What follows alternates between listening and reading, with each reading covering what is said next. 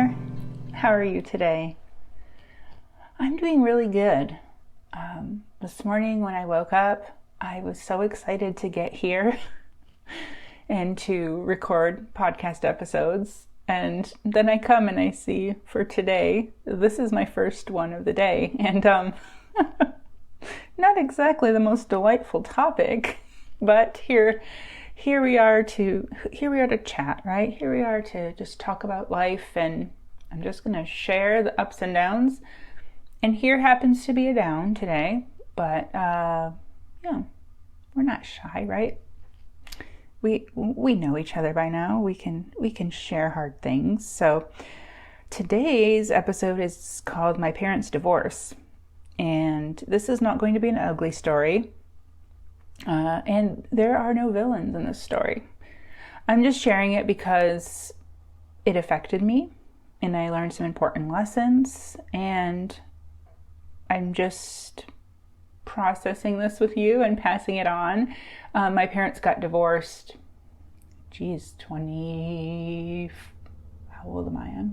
23 years ago. Yeah, when I got married. Yeah, the same year I got married, my parents got divorced. So it's nothing new. And thankfully, I've been able to work through it. So, hey, I'm going to just share. So, I've broken this story into 3 parts. Part 1 is the lead up. So, both of my parents are middle children, and they're both the black sheep of their family. My mom is, the middle of 3 girls, and my dad there's 6 kids, but he's like the middle of 3 boys. So they both, in the middle of the middle, they both had this sense that their older siblings were the ones who were perfect and could do everything right. And the other younger siblings were so cute and delightful. And they were just sort of somewhere blah in the middle. So when they got married and had me, I'm the oldest, my dad was super scared. He was always so afraid I'd get hurt. And I think because of that, he was very strict with me. My mom wasn't as strict, but she was more even-tempered, consistent. Dad, however, was extremely vigilant. I was not allowed to ride my bike on the road because I might get hurt. There was always danger everywhere. So I, being the compliant, sweet oldest child, I just went along with it. I'm not trying to make waves. I like harmony. I was completely fine to be obedient and cooperative with my dad's rules. And so while that was happening, it seemed like my parents focused a lot on me, and I let them, whereas my younger 2 sisters were very happy for mom and dad to focus more on me and where they could just go do their own thing. So over time, that kind of developed in somehow I kind of got put in the middle of their marriage. Unknowingly to all 3 of us, that's sort of what happened. I was kind of this soft middle ground who would listen to everything both of them said. And on their part, I'm not responsible for that, right? I'm just the kid.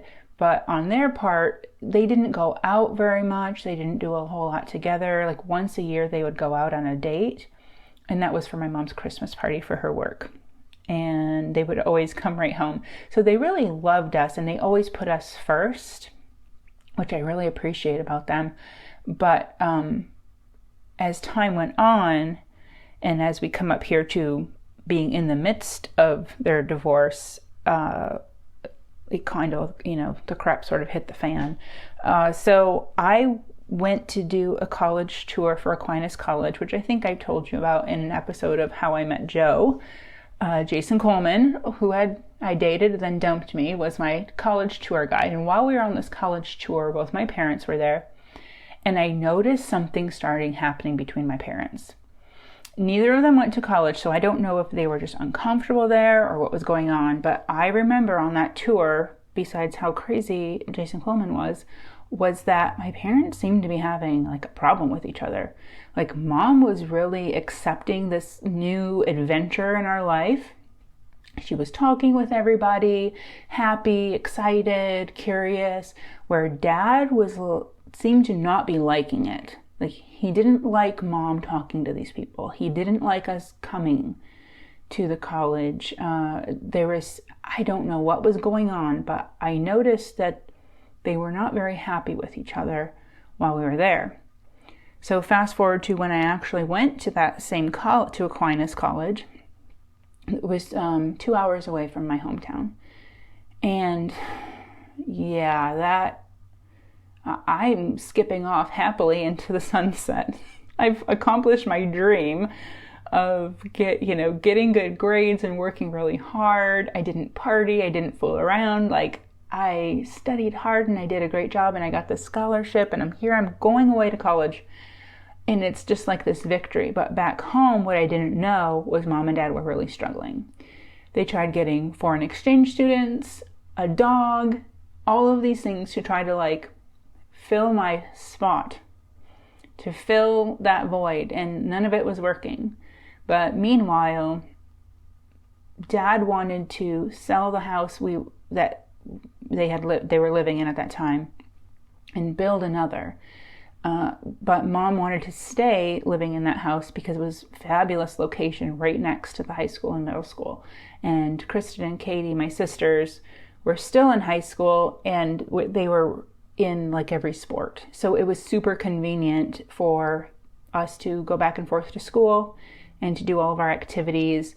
And mom and dad didn't have to, run us around or whatever. So mom wanted to stay there at least until Katie graduated, and that was a deal breaker for dad. So they were separated, and this happened super fast. So I went to school late August for my freshman orientation when I left, and I want to say maybe by September or October they were already separated. So dad had been gone a few months, and when I would come home to visit, let's say when I came home for Thanksgiving to visit, dad moved back in. And they told my sisters not to tell me what was going on because they were afraid I would quit school and come home and try to fix them. So this was all going on at home, and I didn't know it, which hurt. And I see why they protected me, and I'm not angry about it anymore. I was really hurt. But ever since then, I've been treated like a guest in my own family. And my role as the peacemaker in the family, it was canceled. So I've no longer been allowed to be the peacemaker in my family. And I don't know, for good or bad, that's just what happened. Anyway, once I found out, I want to say it was after Christmas break. I think we were into February, maybe spring, right before spring break or something, when I found out what was going on. And I was really upset. Now, I have always been very respectful of my parents, never sass back, always know my place. My dad, was 6'3", tall, dark hair, dark eyes, an emotional person, and he could get a quick temper. And when I found out what was going on, I was so upset, I actually yelled at my dad. And it was this almost imploring to his better judgment of, you're better than this. You didn't raise us to do this kind of thing. Why are you leaving? Why are you doing all of this? Isn't there a way we can work this out where you could build, but she can stay here? Is there no compromise here? And I was so angry, and I was so disappointed in him. In my mind, it was his fault at that point. I didn't know the whole picture, and I'm sure I don't even know now, this many years later, because who really knows what truly goes on between two people that are married? That's only, there's one version, there's the other version, and then there's the truth. So this is just from my very limited observation. Anyway, my relationship with my dad was never the same after that. And it was like he stopped being my dad after that. It was like he was a distant uncle that I'd see every once in a while. I know he loved me, but I think I hurt him so badly, and it was just never quite the same as before. After the divorce, now Kristen and Katie were 15 and 13 at this time, and they lived at home, so they saw everything. And I know that the divorce hurt them personally, like hurt their, more deeply because of what they saw and what they heard. So that is something that they shared together that I was completely separate from. And I'm grateful that I was protected from that, but at the same time, I've felt bad, like I was not a good big sister there protecting them. So that's something that I've had to work through and reconcile myself. But after the divorce, they were back and forth with each other. I think Mom said 12 times, trying to work it out. It wasn't working out. It was super, super stressful. He wasn't going to file, so she finally did, because I think it just seemed like it wasn't going to work itself out as she had hoped. And I'm sure he hoped to, but it just wasn't happening. And so she filed for a divorce in 2001. Dad remarried and moved to Vegas in 2002, and he lived there for the rest of his life. He was not much a part of my life after that, except for some occasional phone calls. I probably saw him 3 times, maybe 4 times in person. 4, 5, 6 times in person since he moved in 2002. And then my mom remarried in 2008, and she lives in the same area where I grew up. But her and I had our ups and downs over the years. But the last few years we've reconciled and talked a lot, and I feel much closer to her now. And I'm really, really grateful for that. I needed that. So I would say how their divorce, even though I was, like somewhat remote to the whole thing happening, how it affected me was actually my marriage most of all. So right when Joe and I were getting married, Mom and Dad were getting divorced, and part of our premarital counseling was to speak with our parents about their expectations about holidays and visiting and communication and all those sorts of things. And my dad and I had a conversation where he made it really clear that he was not interested in being a part of my day-to-day life, which is fine. Like I asked, and so I have to, accept what he says. So he just was like, I just want to know the big things, the highlights, which makes sense of how he was when we were growing up. That makes total sense that would continue into my adulthood. So one thing though, I had asked if he had any advice for me. And his advice, now I ate it right up, because at that point I didn't know what I know now. And this is how their divorce affected me. His advice to me was that I should make Joe my whole world, and that I should sacrifice my plans and my future to make him happy. That I should be like his mom and cater to Joe's every need, that I should always be home, raise kids, I should be, making all the food and keeping the house clean and always put him first and all of this. So what was really happening was that was like him telling me not to be like my mom. And I didn't know that at the time, but that voice was in my head when we first got married. And that is, if you've listened to any podcasts before on this topic, where I just put myself on a shelf and did not pursue my dreams. I didn't have friends. I just devoted myself to making Joe happy, which Joe is like, what, did you have a personality transplant? Like, I never signed up for this. I didn't want a maid and a housekeeper and a chef. Like, I wanted you. But yeah, I regret listening to that advice, and I didn't realize that was not coming from like a place of looking out for me. That was coming out of a place of regret for him. So it took me a long time to unwind that, and realize what was going on.